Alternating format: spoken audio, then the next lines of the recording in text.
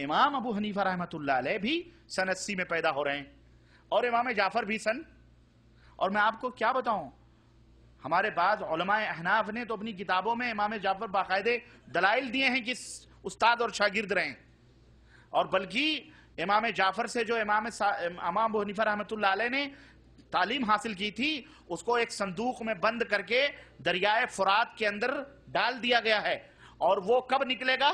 امام مہدی جب آئیں گے، جب اس کو نکالیں گے اور وہی فقہ نافذ کریں گے۔ یہ کتابوں میں لکھا ہے، ہمارے حنفی مولویوں نے لکھا ہے۔ ظلم کی حد دیکھیں آپ، کس کو روئیں، کس کو کہیں؟ جب اپنا ہی اپنا پجامہ اتار کے ننگا ہونا چاہے تو کون آپ کیا کر سکتے ہیں بھائی؟ جب اپنا ہی اپنا جوتا اپنے سر پہ مارنا چاہے تو آپ کیا کر سکتے ہیں؟ کچھ کر سکتے ہیں؟ تو غیر اگر مارتا ہے تو ہم کیا کر سکتے ہیں؟ یہ حالات ہوئے ہیں۔ ایک بھائی نے سوال کیا ہے، کیا کسی بزرگ کی قبر پر یا وہاں نبی بنی ہوئی مسجد میں دعا مانگنے کے لیے جا سکتے ہیں؟ اللہ کے بندے، کسی مسجد میں یا کسی بزرگ کی قبر پر دعا مانگنے کے لیے نہیں جانا چاہیے۔ جہاں سے بھی اللہ سے دعا کرو گے اللہ تمہاری پکار کو سنتا ہے۔ اللہ نے فرمایا وَإِذَا سَأَلَكَ عِبَادِي عَنِّي فَإِنِّي قَرِيبٌ أُجِيبُ دَعْوَةَ الدَّاعِي إِذَا دَعَانِي۔ اللہ نے کہیں قرآن میں نہیں فرمایا کہ مسجد میں آؤ میں تم سے قریب ہوتا ہوں، بزرگ کی قبر پہ جاؤ میں ان سے قریب ہوتا ہوں۔ اللہ نے فرمایا میرے نبی، جب میرے بارے میں میرے بندے پوچھیں تو ان سے کہہ دو میں تم سے قریب ہوں، تم جب بھی مجھے پکارتے ہو میں تمہاری پکار کو سنتا ہوں۔ تو میرے عزیزو، مسجدوں میں فلانی جگہ ایسا نہیں کہ اللہ وہاں قریب ہوتا ہے۔ اللہ قریب کہاں ہوتا ہے؟ نبی کریم فرماتے ہیں جب بندہ سجدے میں ہوتا ہے اللہ اس سے قریب ہوتا ہے۔ تو سجدہ پوری روئے زمین تمہارے لیے مسجد ہے۔ جہاں بھی یاد آئے اللہ کی، وضو بناؤ، نماز میں کھڑے ہو جاؤ، رب کی بارگاہ میں سجدے کرو، سجدے میں دعا کرو، اللہ تمہاری پکار سنے۔ سمجھ آئی کہ نہیں آئی؟ ہم کوئی ہندو کرسچن نہیں ہیں کہ اللہ کو پکارنے کے لیے مندر اور چرچ ہی ملے جائیں گے یا فلانی جگہ۔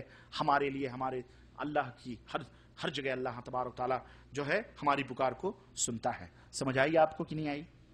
یہ بات اچھی طرح سے ذہن میں بٹھا لو، اللہ آپ کو جزائے خیر دے۔ زندوں کے فاتحے کا ذکر آپ نے نہیں کیا۔ اوہو، کیا میں نے، کیا آپ سمجھے نہیں کیا میں نے۔ حضرت جعفر صادق زندہ ہی تو تھے جبھی تو وزیر کے محل کے سامنے آئے اور کہہ رہے ہیں جو میرا فاتحہ دلائے۔ کیا یار، کہاں رہتے ہو؟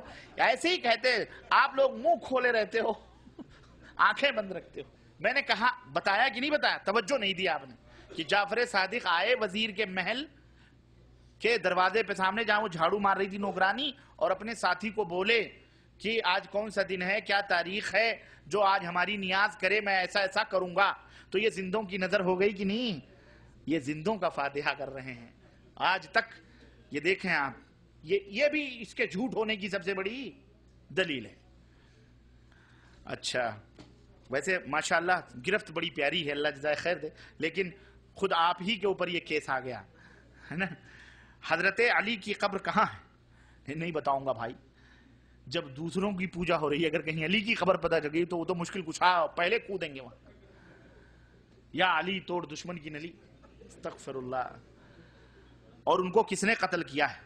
حضرت علی رضی اللہ تعالیٰ عنہ کو قتل کرنے والے خوارج، مسلمان کہلانے والے، اپنے آپ کو مسلمان کہلانے والے، جن کے بارے میں اللہ کے نبی نے فرمایا وہ مومن ایمان لائیں گے لیکن اسلام پہ رہیں گے، لیکن ایسے ہی وہ ایمان ان کے دلوں سے نکل جائے گا جیسے تیر نشانے سے نکل جاتا ہے۔ وہ قرآن پڑھیں گے، تم ایسی نمازیں پڑھیں گے کہ تم اپنی نمازوں کو ان کے مقابلے میں حقیر سمجھو گے۔ خوارج تھے جنہوں نے حضرت علی کو کافر کہا تھا، استغفر اللہ۔ تو دو جماعتیں اس دور میں نکلی تھیں۔ حضرت علی کے زمانے میں کتنی جماعتیں نکلی تھیں؟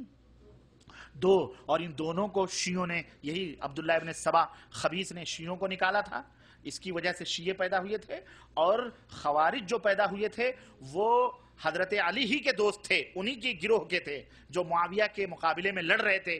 جنگ صفین کے اندر لڑائی ہوئی تھی، وہاں پہ خوارج نکلے۔ جب حضرت علی نے، حضرت امیر معاویہ نے، دونوں نے مصالحت کر لی کہ کل اسی مقام پر آئندہ سال ہم اکٹھا ہوں گے، اور فیصلہ کرنے والے ابو موسیٰ اشعری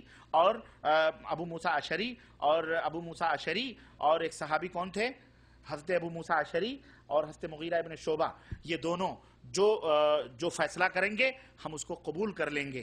تو چنانچہ کہا حکم ابو موسیٰ اشعری ہوں گے ہماری طرف سے اور ابن معاویہ کی طرف سے مغیرہ ابن شعبہ ہوں گے.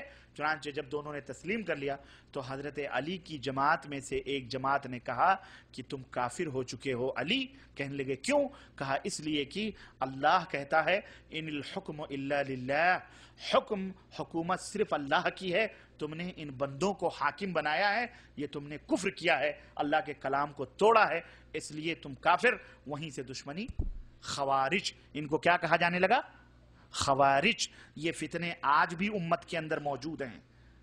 یہ فتنے آج بھی مختلف شکل و صورتوں میں جو اس زمانے میں موجود ہیں، جیسے رافضی شیعہ موجود ہیں، ایسے یہ خوارج بھی، یہ ذہنیت بھی موجود ہے آج بھی.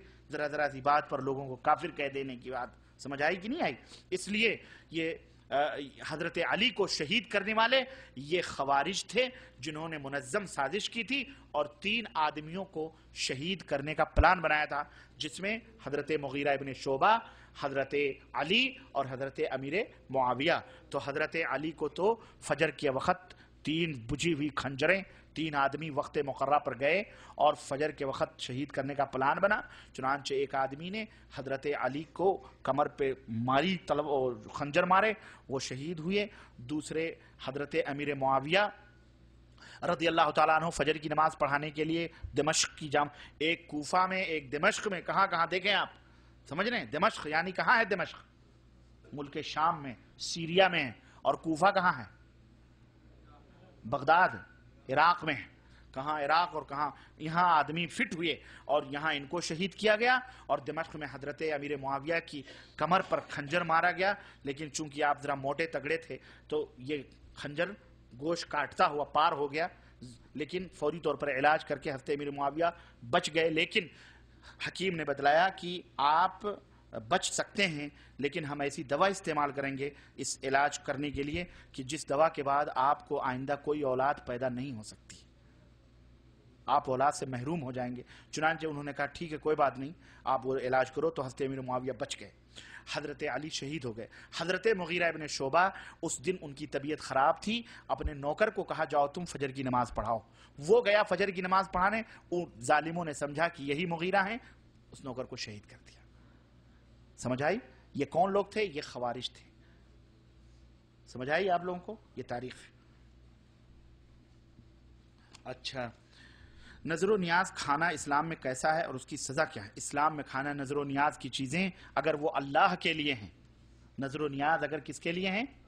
اللہ کے لیے، کہ اللہ اگر میرا یہ کام ہو جائے تو میں ایک بکرا اللہ کی راہ میں صدقہ کروں گا یا یہ مال صدقہ کروں گا، تو ایسی نظر جو اللہ کے لیے ہے وہ خود کھانا اس کے بندے کے لیے حرام ہے. جس نے نظر مانی ہے اس کے گھر والوں کے لیے، وہ کس کا حق ہے؟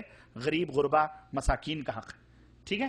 یعنی اگر اس نے بکرا ذبح کرنے کی نیت کی ہے وہ بکرا ذبح کرے گا، لیکن اس کا کوئی بھی حصہ خود اپنے گھر کے استعمال میں نہیں رکھے گا، بلکہ اسے فقیروں میں تقسیم کر دے گا.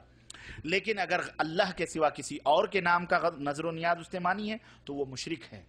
نظر و نیاز ماننے کی وجہ سے وہ کون ہے؟ مشرک ہے.